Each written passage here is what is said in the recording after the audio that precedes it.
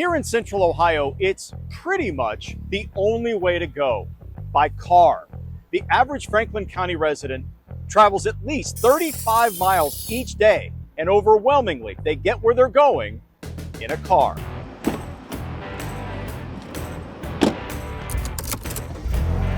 That means all those people pay for maintenance, they pay for insurance, they pay for registration, and they pay for gas. The average Ohio driver spends between $2,000 and $2,500 each year on gas alone. Cars are incredibly convenient, but they're sometimes a pain. A car is a burden for a lot of people. A car is a cost center. You know what else we spend on cars? Time. The stress and the headaches of rush hour traffic are only growing around here. That's why Ohio's racing to solve a mobility problem. Public transportation has long been a secondary form of travel in the state. Trains, buses, bikes, all take a backseat. We want to have a world-class transportation system where people can move around, and they need to be able to do that in multiple ways. In this NBC4 digital special, we're going to show you all the ways Central Ohio is investing to move people in and around the region. Welcome to Columbus 2.0, the way we move. Thanks for joining us. I'm Jared Smalley. Transportation fuels the economy. If you can get people to places efficiently and affordably, then companies tend to find your place. In Ohio, in particular here in Central Ohio, with the population increasing, local and national transportation experts agree it's time for change. Transit is the economic heart of the city. The city doesn't work without transit. In order to make it possible for people to continue driving when they want to drive, we need to make sure that public transit is fast, frequent, safe, reliable, clean. To see what good public transit looks like, it makes a believer out of you. It really does. Well, let's begin with trains. And Columbus has a unique history with train travel. First, it was horse-drawn train cars in the late 1800s, and then electric cable cars were how people got around Columbus. But by the 1960s, buses and cars had taken over and trains were left to decay. For regional rail travel, the final passenger rail trains departed Columbus in 1979 after the federal government canceled the service here. And if it feels like we've had this discussion before, you're right. Establishing passenger rail service. Passenger rail. Passenger route. Passenger rail. Passenger trains. Passenger rail project. Now, there's a lot of work if that Amtrak expansion is going to come here to Ohio. Columbus remains the largest American city without any passenger rail program, not even in the city's suburbs. After years of lobbying, there is a renewed push to get Columbus back on tracks. That train is dead. I said it during the campaign. It is dead. We are not going to have it. In 2011, former Ohio Governor John Kasich famously declined $400 million in federal funding for high-speed rail development in Ohio. He called it too expensive, with no proof that people would actually use it. There's a way this works, and it works all around Ohio. It just hasn't been done here. And it hasn't been done here in part because of politics. We're just kind of off the beaten path. Columbus, unfortunately, just sits off of many of the major branch lines between Chicago and, say, Washington, D.C. or Chicago and New York. So we were just kind of cut out of those conversations. John Esterly is a train engineer by day, but also serves as the executive director of All Aboard Ohio, a group aiming to sway Ohio government to invest in passenger rail. I think one of the biggest challenges that we face, particularly here in Ohio, is the political will to make it happen. We have pretty abysmal Amtrak and passenger rail service here in Ohio, so I think a lot of our legislators just don't understand what it looks like when it works well. Two new Ohio-focused commuter rail lines have been approved for further study by the federal government. The first, the Columbus, Cleveland, Cincinnati, Dayton corridor, the so-called 3C and D line. It would connect Ohio's four largest cities. The proposal calls for 3 to 5 daily trips on that route, with top speeds nearing 80 miles per hour. Governor DeWine has previously voiced support for passenger rail, but several state lawmakers say they're concerned about cost. See what studies show, and also see, frankly, where the federal government's going. My position has been that we shouldn't take a position on it other than let's let it proceed and see where we go. There's folks like me who are less interested in talking about the train and other members who are not. So let's at least take a baby step here. Let's dip our toe in the water and see what we think. I think the passenger rail actually opens up a lot of opportunities for a lot of people. I think everyone's mindset of what does mass transit look like and what are all the modes that we can get and how do we reduce the volume that we already have on our streets and roads. It's just another avenue. The second project under review is the Cleveland-Toledo-Detroit line, the CTD. The Ohio Rail Development Commission is a state agency with a board appointed by the governor to promote freight and passenger rail systems. In a statement to NBC4, the commission says it's working its way through the analysis process for both of those lines, but does not have an update on how soon actual trains could be on the track. Those studies are federally funded. But if the studies continue to progress, the state will have to match a portion of funding to bring those rail lines to reality. One of the biggest challenges that we have in the advocacy community is selling a dream when we don't really have the opportunity in our state to demonstrate what that looks like. Now, we compare to some of our peer states, primarily Michigan, who's embraced passenger rail. Just using those examples of other states that may have embraced some of these decisions a little bit earlier in their history than Ohio has the opportunity to, just to show what can be done, again, given that political will. Other projects have been proposed to connect major hubs in the Midwest, including a line from Chicago to Columbus, but it's unclear how close to reality those lines are. It's currently a marathon of meetings, surveys, and budget strategy, and like many processes in government, wheels turn slowly. Multi-million-dollar infrastructure projects, and these things take time to plan. There's a lot of partners. This is commuter rail. We're talking about multi-region in Ohio, multi-state partners across, connecting Chicago to Pittsburgh through the state of Ohio. That's a lot of partners involved. If Columbus wants to continue growing effectively and continue being a magnet for talent all over the country and all around the world, transit needs to be at the heart of the economic development strategy. And it's not about making everyone take transit. It's about using transit at the margin in order to make your transportation system more effective so that people can continue driving when they need to drive. Jeff Tumlin is the former executive director of the San Francisco Municipal Transportation Agency. Amy Lee is the deputy of transportation for the Chicago Metropolitan Agency for Planning. She previously worked for the Chicago Transit Authority, overseeing bus and train operation there. They gathered in Columbus in June for a transportation forum sponsored by the Mid-Ohio Regional Planning Commission, helping local leaders solve our transit trouble. It's very complicated. You don't see a whole lot of rail line extensions right now anymore, and that is because of the abundance of cars. A lot of people do think of cars as their first step. We are experiencing a lot of the same things that you're experiencing in Columbus. Making public transit effective can be a lot cheaper than widening roads or highways. And it also creates land value. Land becomes a lot more valuable when it's more connected to other land. It's kind of the business that we're in mobility, is actually creating land value. In the state's transportation budget, the Rail Commission had petitioned the state to rejoin the Midwest Interstate Passenger Rail Commission, but membership was later removed from the budget. But rail advocates are hoping to see regional lines throughout the Midwest established, which could connect Columbus to Chicago, Indianapolis, Pittsburgh, among others. It seems the stars are aligning. Passenger rail, it's not only about going to Columbus to Chicago to watch a baseball game. It's more about creating economic development opportunities for the Midwest communities in the region. The proposed lines would call for several stops, including in places like Delaware and Crestline, north of Columbus.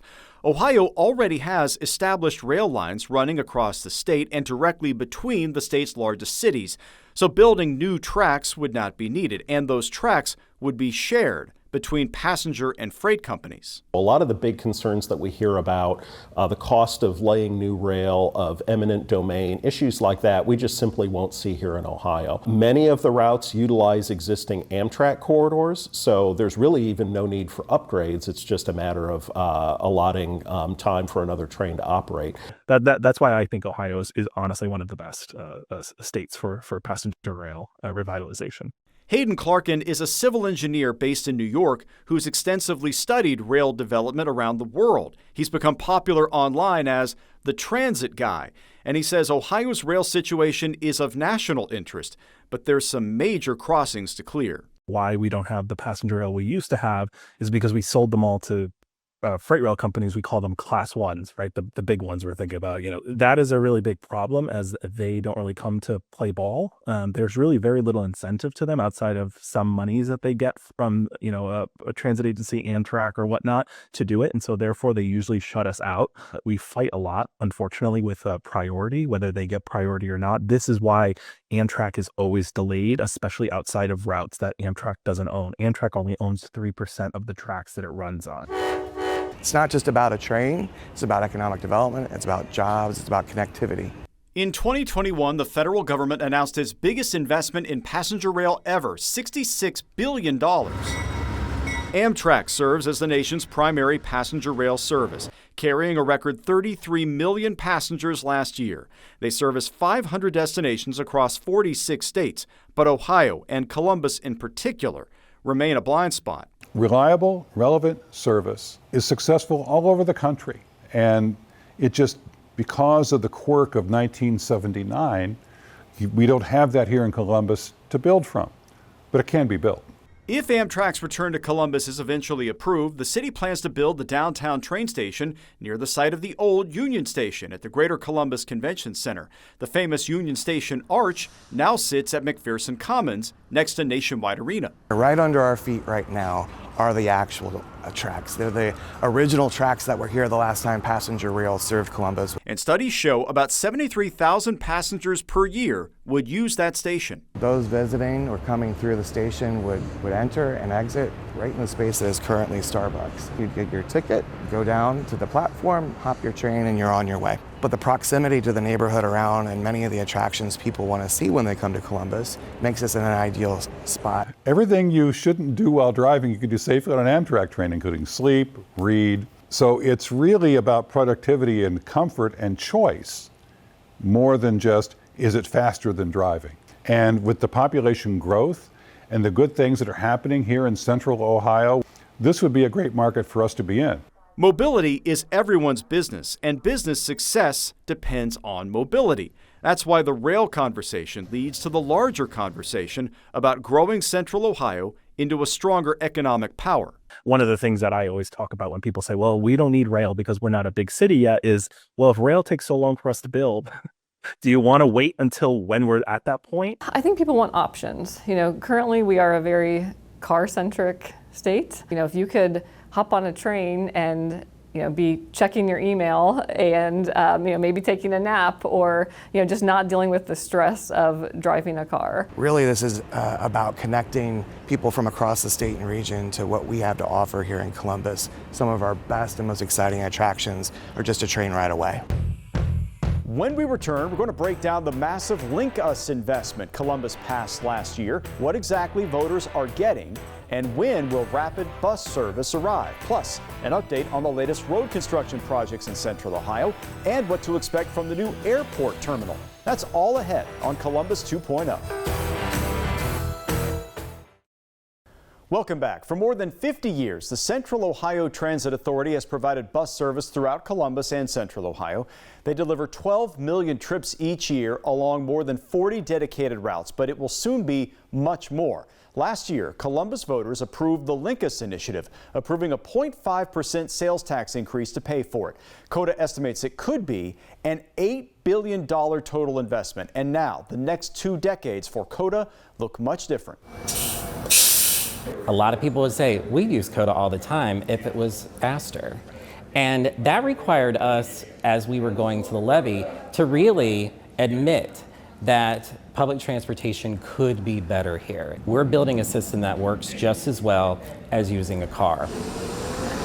COTA says the LinkUS plan will deliver 45% more service and will bring Central Ohio its first ever BRT, Bus Rapid Transit. That involves creating dedicated bus lanes on major roadways, and those buses are typically larger, increasing rider capacity. And traffic signals along those corridors will give priority to the bus lines. It's premium transit service. It's a dedicated right-of-way or dedicated guide, so it's not in mixed traffic. You're going to want that transit service to be reliable, and you're going to want to show up at the stop and know that bus is coming on time when it says it is. The 3 main BRT lines are still under design. First will be the West Broad Corridor, which extends past 270 on the west side. It would include 17 stops, and construction on that line could begin early next year. I live on the far west side, for example. It takes me 25 to 30 minutes to get downtown in the morning by vehicle. If I get on a BRT, I'll be able to start my work.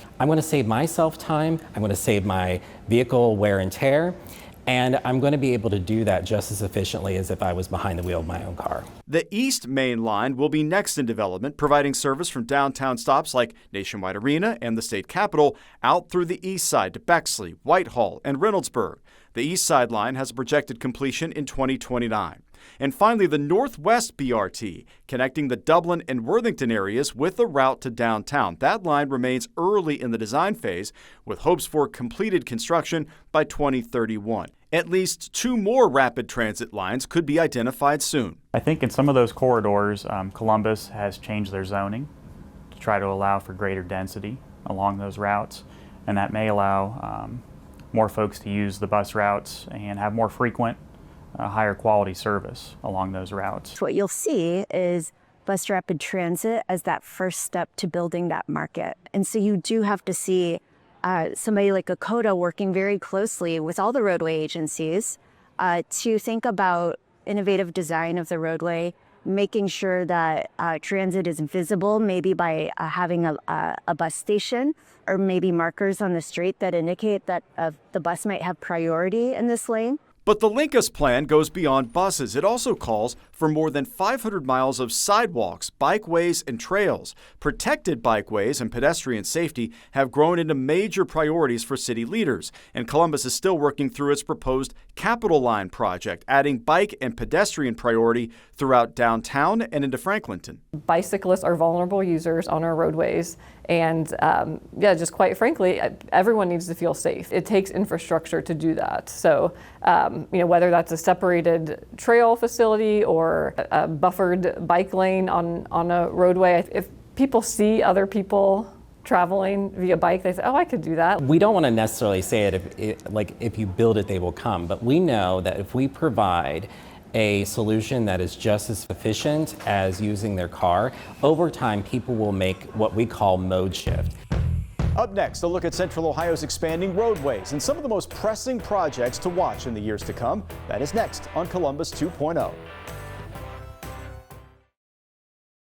Welcome back to Columbus 2.0. We have spent much of this show talking about how Central Ohio leaders aim to get more people out of their cars and into public transportation. But the reality remains. Cars are the first choice. Governor DeWine just signed a 2-year, $11 billion transportation budget into law, and now ODOT leadership says that money is targeted for some critical local upgrades. Summer in Ohio doubles. It's a short-term pain for a longer-term gain. As orange barrel season. Some projects don't seem like they're very short, but in the grand scheme of things, most of them are. 3 major projects are underway right now in Central Ohio in far different phases. First, the downtown 70-71 split. It has been seemingly under construction for generations. And at the moment, the ramp from 315 South to 70 East is closed, but ODOT says the project is gaining steam. On the west side of 70-71 is really wrapping up. We're going to be opening up the Front Street Bridge at the end of this summer and early fall, and then the large flyover bridge that takes you from downtown out over the railroad, over the river, and touches down at Green Lawn will be opened up by the end of the year. Working on High Street next. Once Front Street's open, we'll have that being replaced, and then we'll continue over the next coming years, but the traffic impact should be much less. Next, the surrounding roads to the Intel site in Licking County. 2 years ago, the state approved $90 million to support widening and updating roads that connect the site. And many of those roads are in dire need. It will have a very positive impact on the area and overcoming the traffic growth that we're experiencing and expect to experience in the coming years. In the near future, you'll see some improvements of intersections and sections of local roadways, county roadways being advanced. The third massive project, the redevelopment of US 23 between Worthington and Waldo. ODOT says the road is currently operating at more than 30% above its capacity, and ODOT recently completed its study of a plan to reduce the number of traffic signals along that stretch from 39 to 7. That entire project is estimated to cost as much as $1.9 billion. That's not something we can do all at once or overnight. So we're looking to advance individual pieces and parts, say $50 million for this location or $100 million for that one, build that, get the benefit, and continue to build the others in parallel. One of the biggest issues facing Central Ohio roads, heavy loads. ODOT says freight traffic has increased sharply since the pandemic, at least partly due to the increase in online shopping. And those trucks are forcing ODOT to make some major planning changes and reinforce their ultimate goal, to make all roads safer. We spend a lot of effort to make sure this investment is wise. We're trying to make sure that these address safety concerns, they repair existing infrastructure. A lot of the bridges and pavement out there is original to the interstate, and also that we're shooting for where the traffic levels are going to be in the future. We're not looking just to fix where it is today, but where the truck volumes will be and the commuter volumes will be down the road 20, 30 years in the future. Our solicitation of comments from the general public and where their concerns lie in terms of what the future has in store and also the present conditions. But we have a lot of good projects in the pipeline to respond to the immediate growth, but also incorporating the new growth that's expected with a lot of the new developments around town. And a discussion about transportation in Central Ohio is incomplete without the rapidly changing John Glenn International Airport. The new terminal project is well underway now, with a goal to open in early 2029. The new terminal is located at the site of the former Blue parking lot. They'll expand by 7 gates to a total of 36. It will feature 1 central security checkpoint instead of the 3 at the current terminal, with the ability to accommodate more than 50% more passengers than today. A new 5,000-space parking garage is also planned. And yes, Columbus aspires to someday host a direct flight to Europe. A new terminal could allow Columbus the international capability and passenger load needed to make that happen. In the meantime, the next few years will be a change for travelers. Parking is more limited with the red and green lots, plus the garage next to the current terminal. A temporary cell phone lot quickly fills up typically. An Uber, cab, or drop-off pickup is likely the best plan for flyers to get to and from the airport. Thank you for joining us for this look at how Columbus can stay mobile as the city continues to grow. For Columbus 2.0, I'm Jared Smalley.